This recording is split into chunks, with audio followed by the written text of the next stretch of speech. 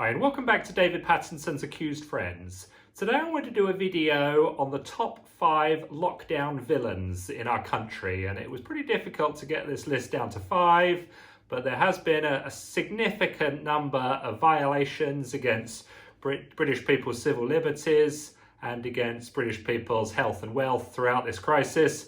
It's what's led to the creation of the anti-lockdown flag, and wanted to do a video on my top 5 people who have violated Britain's overall well-being through this crisis. So starting at number 5, I believe this person needs a lot of recognition for their villainous behaviour, and that's the Northamptonshire Police Chief Constable Nick Adderley. And this is the individual who went out there and threatened shoppers, sunbathers and barbecuers with extermination if they didn't follow his rules. And I thought it was a totally disgusting comment. I think this is a despicable individual and fully deserving of a place on the villains list.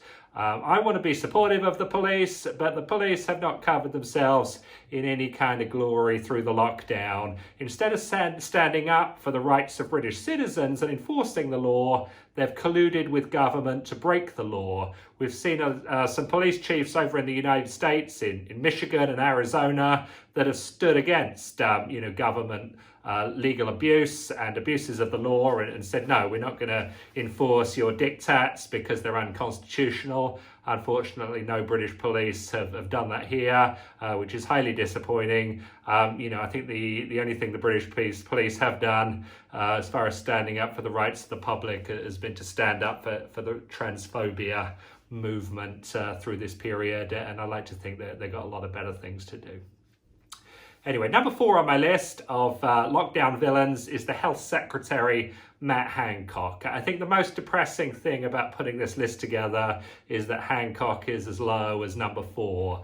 And I think what he's done, besides the mass slaughter of senior citizens in care homes by directing coronavirus infected patients to go in there, dumping unwell people out of hospitals and pretty much clearing all our hospitals through this crisis. He's acted like a total dictator.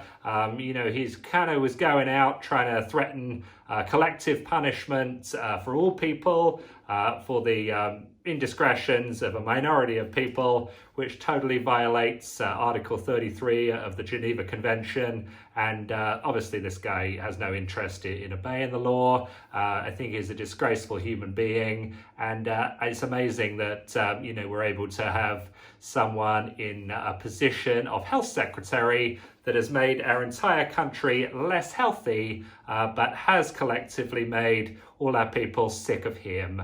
I think he's a disgrace to humanity itself, and just an absolute villain in every sense of the word. Number 3 on my list is Rishi. I don't think there's been any individual in British history, well, I know there hasn't been, that has spent so much money with so little return on investment. And, Rishi's spent 2 trillion of our hard-earned wealth for pretty much zero benefit. He'll say it was to save lives, but he'll never say how many were saved. It was certainly not a significant enough number to justify a 2 trillion outlay. He's doubled the debt of the country, and he's made us collectively poorer, and we're going to feel the effects of this for many years to come.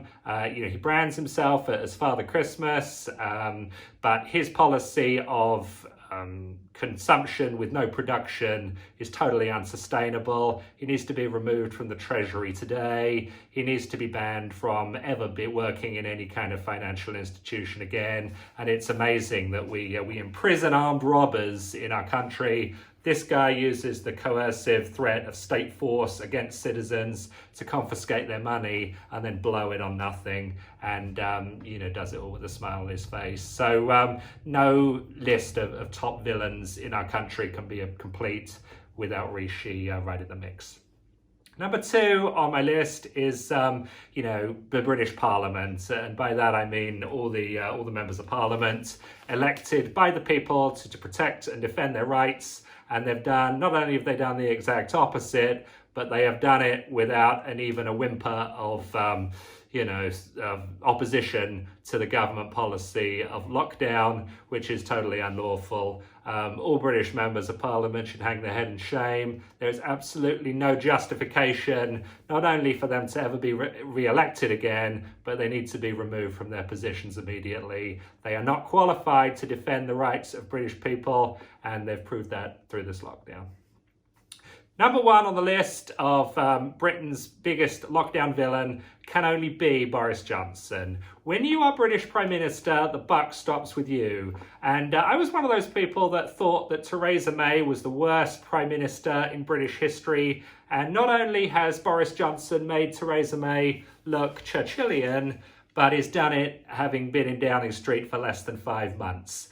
He's pretty much eliminated all the civil liberties of British people. He's blown so much of our money on nothing that it'll take us a generation to recover, and now he's looking to dodge all responsibility for it because he has zero integrity. This guy has lost the credibility to govern.